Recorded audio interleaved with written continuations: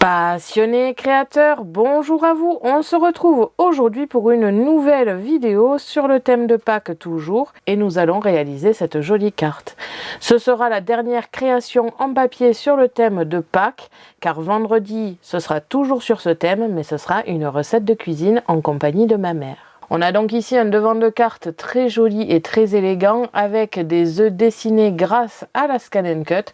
Je vous en parle un petit peu plus en détail sur Canva Workspace, surtout pour le changement de couleur au niveau des feutres. Et à l'intérieur, nous avons une décoration très simple, toujours avec une base de dessin sur la gauche ici et le papier texte. C'est vraiment une carte très facile à reproduire. La seule complexité, c'est le changement de couleur avec la Scan & Cut. On va pouvoir de suite se retrouver pour le matériel et ensuite le tutoriel.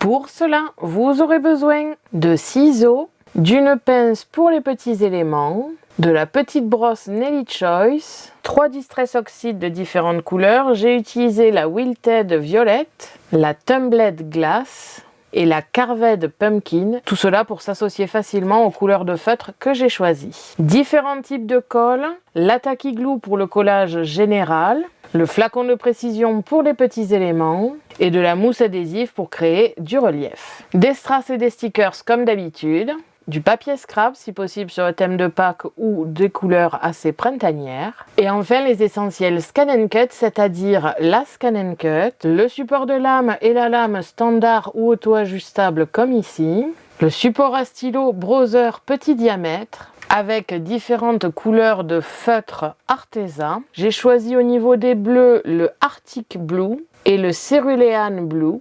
Au niveau des verts, j'ai utilisé le Sage Green et le Apple Green. Pour le violet, j'ai utilisé Lilac. Et enfin, pour le orange, j'ai utilisé Peach. On se retrouve de suite pour le tutoriel.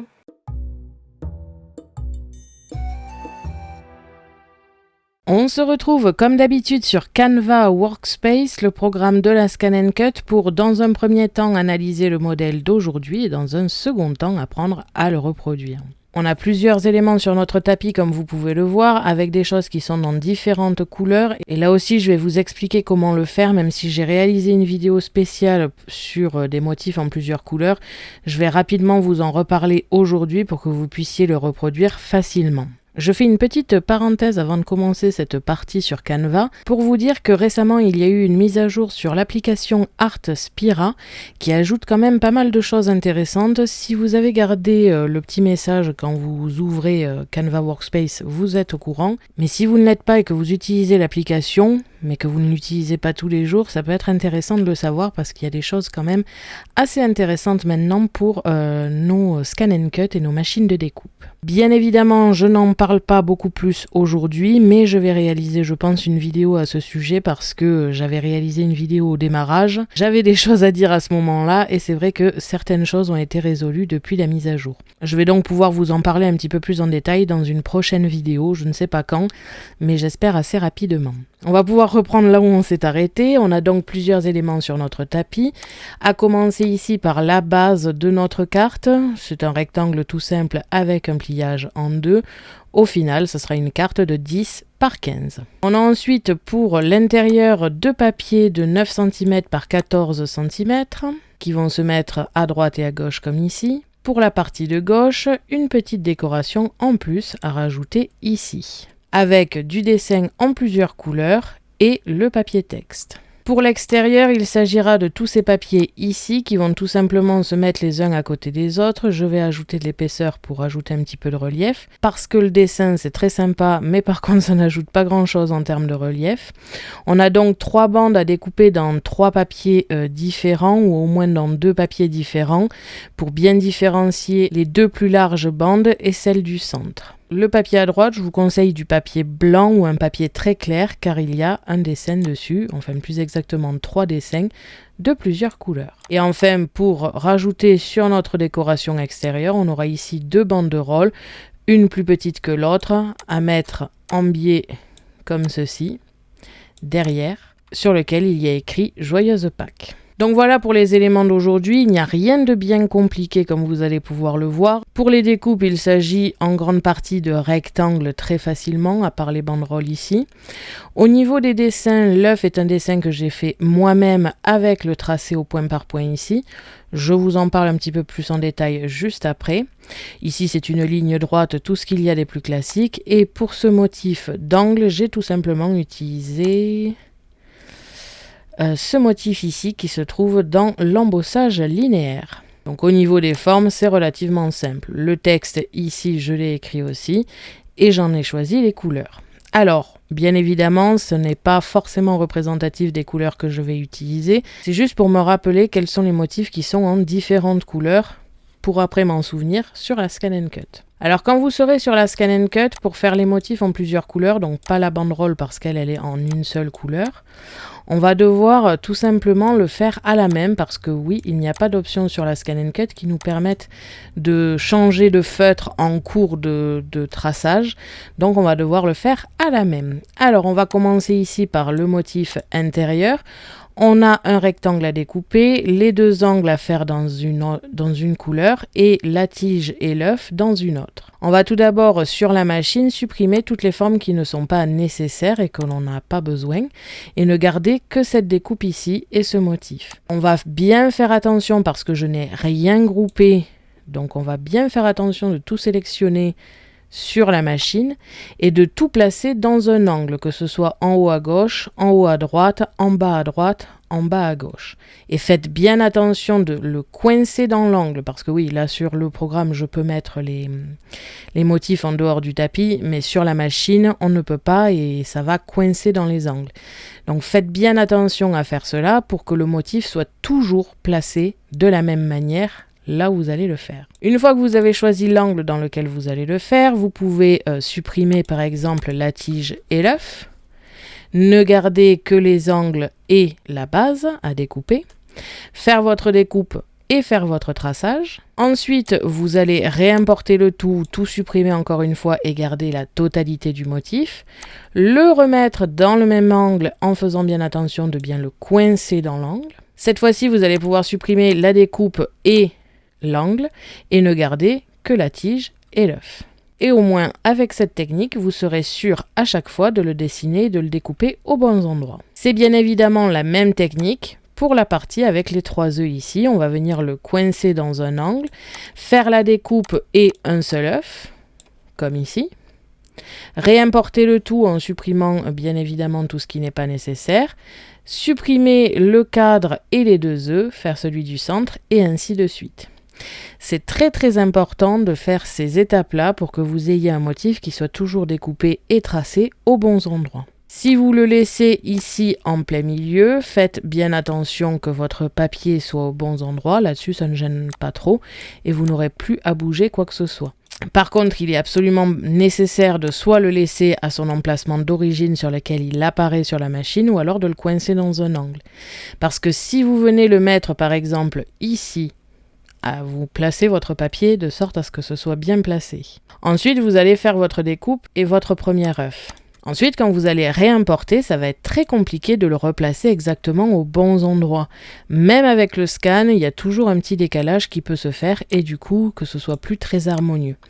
Donc, c'est vraiment quelque chose à faire très attention et c'est aussi pour cela que je ne groupe pas mes formes parce que sur la machine, ça sera groupé et vous ne pourrez plus le gérer. Et dans ce cas-là, vous allez faire vos 3 œufs d'un coup ou tout le motif d'un seul coup. Bien évidemment, vous pouvez aussi ne pas vous prendre la tête et ne pas faire 3 couleurs différentes. Je trouve que ça serait assez dommage, sauf si vous souhaitez le faire en noir par exemple, et ensuite le colorer avec des distress ou des crayons de couleur.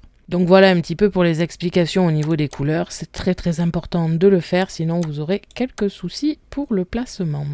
Je vais rapidement vous montrer comment j'ai fait l'œuf. Alors quand je dis rapidement, je ne vais pas le faire en entier avec vous, mais juste vous montrer un petit peu le principe de certains éléments pour pouvoir le faire.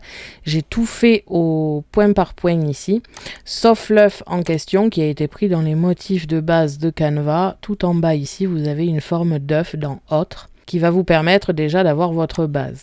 Donc vous allez prendre votre œuf, le configurer comme vous le souhaitez au niveau largeur-hauteur. Il ne faut pas qu'il soit absolument à cette taille précise ici, il faut juste que la forme vous convienne.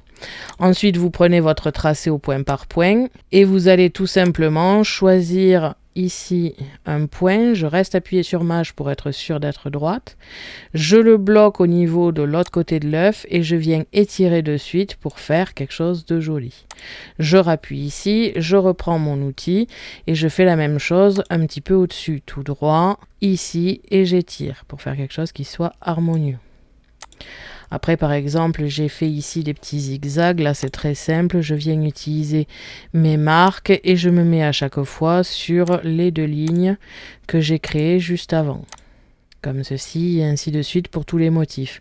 Pour le motif d'œuf au centre ou pour les ronds, j'ai utilisé les motifs d'œuf et de ronds qui sont dans le programme. Pas besoin de se compliquer à faire des formes qui existent déjà. Par contre, pour les petites arabesques ici ou pour tous les traits un petit peu avec des courbes, tout ça, je les ai fait par moi-même. Donc ça, je ne vais pas vous le montrer en accéléré, ça ne serait pas forcément utile, étant donné que si vous gérez le tracé au point par point, vous saurez le faire. Et si vous ne le gérez pas encore, je vous conseille pas vraiment de faire ce genre de motif et de prendre directement le modèle FCM que je mets en téléchargement gratuit sur mon blog. Donc voilà pour toutes les explications, on passe de suite en accéléré et ensuite on pourra se retrouver sur la Scan & Cut pour les découpes.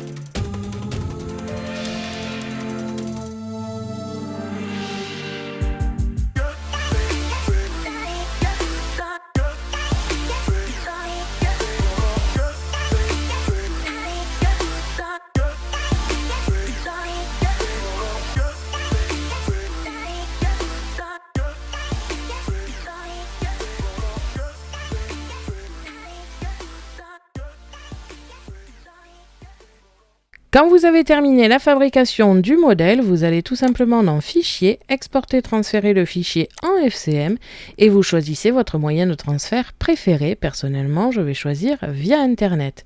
On va pouvoir de suite se retrouver sur la Scan & Cut pour les découpes.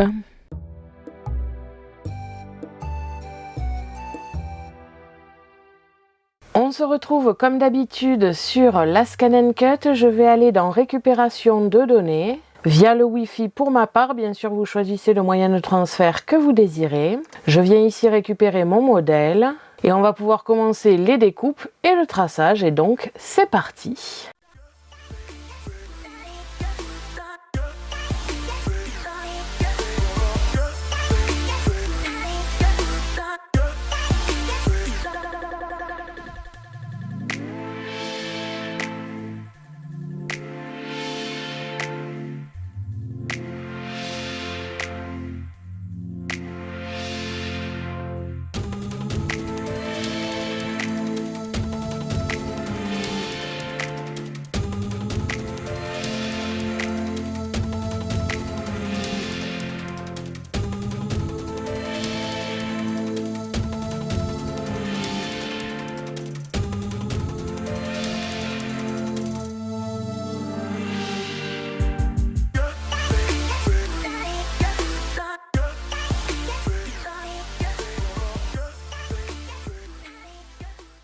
Quand vous avez terminé toutes les découpes et les traçages, on va pouvoir passer au montage et à la décoration.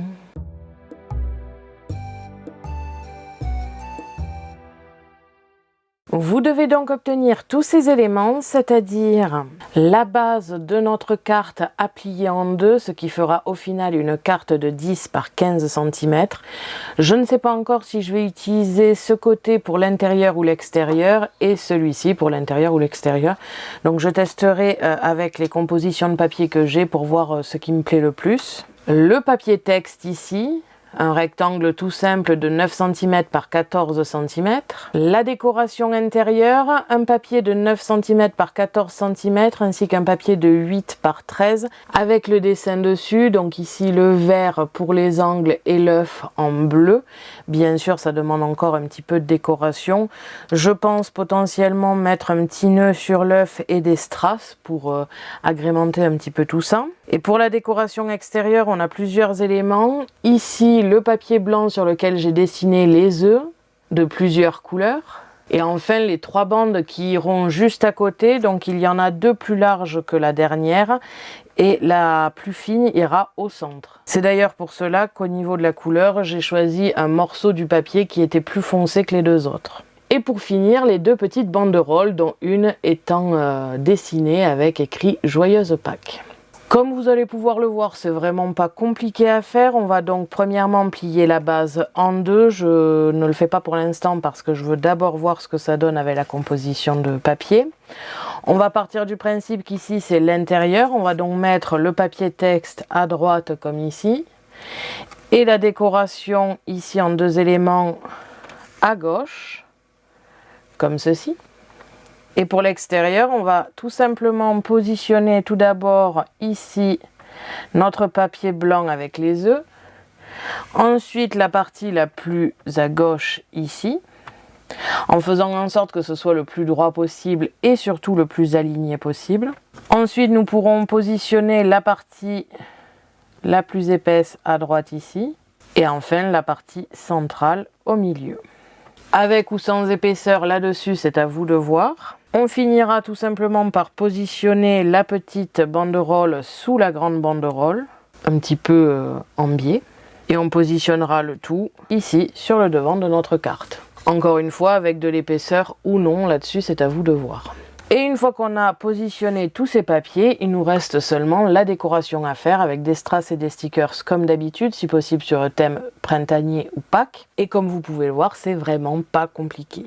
Petite chose que je risque de faire, ce n'est pas sûr, mais c'est une idée que j'avais eue, c'est tout simplement avec les Distress Oxide de faire un petit contour orange ici, violet au centre et bleu en bas, pour rappeler les œufs et tout simplement mettre un petit peu de couleur sur ce papier blanc. Après, là-dessus, je ne sais pas encore ce que je vais faire, je le verrai au fur et à mesure de la création. On va donc pouvoir passer en accéléré, comme vous pouvez le voir, ça va être simple et rapide, et donc c'est parti.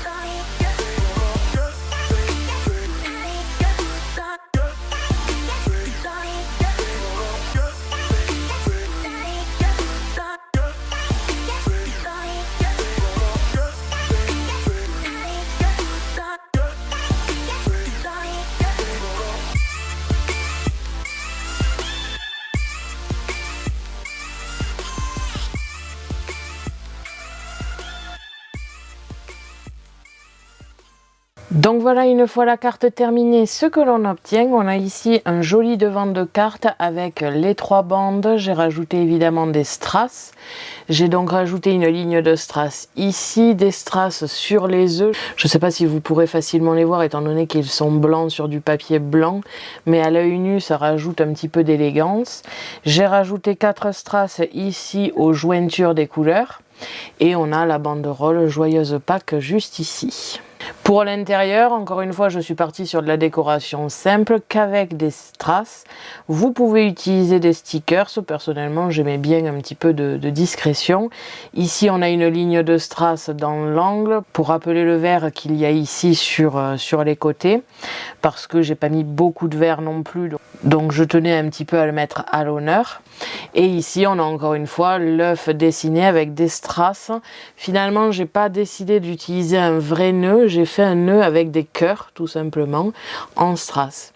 Et on a ici une décoration vraiment très simple et très jolie. Et comme vous avez pu le voir dans l'accéléré, ce n'est pas du tout compliqué. J'ai utilisé de l'épaisseur ici pour l'extérieur. J'ai mis de la mousse adhésive à l'arrière, tout simplement pour mettre un petit peu de relief à tout ça. Sinon, je trouvais que c'était très plat. Étant donné qu'il y a les dessins, c'est vrai que ça n'ajoute pas beaucoup d'épaisseur. Donc j'ai vraiment mis de la mousse adhésive sur les 3 bandes et aussi sur la banderole ici. Comme ça, ça fait un petit peu plus en relief. Comme vous aurez pu le remarquer du coup, c'est vraiment très simple à faire et facile. Le plus complexe et surtout le plus long, c'est sur la Scan & Cut de faire différentes couleurs pour nos écritures. Là, c'est vrai que c'est un petit peu compliqué. On doit à chaque fois reprendre nos motifs, correctement bien les placer. Et comme je l'ai dit sur Canva Workspace, vraiment le plus simple, c'est de toujours prendre tout le groupe, le déplacer dans un angle, ce qui fait qu'il est bloqué toujours à la même place, et ensuite supprimer les éléments qui ne sont plus importants. C'est vraiment la seule difficulté de cette carte. Et il s'agit donc, comme je l'ai dit en début de vidéo, de la dernière création en papier sur le thème de Pâques, car vendredi, ce sera une recette de cuisine. J'espère que ce tutoriel vous aura plu. N'hésitez pas à me dire en commentaire ce que vous en aurez pensé. On se retrouve la semaine prochaine pour un nouveau tutoriel sur la Scan & Cut. Merci à tous d'avoir regardé ma vidéo. N'hésitez pas à me poser des questions ainsi qu'à me dire en commentaire ce que vous avez pensé de cette carte. Je vous invite à me suivre sur mon blog ainsi que mes réseaux sociaux que vous pouvez retrouver dans la description de la vidéo. À la prochaine pour de nouvelles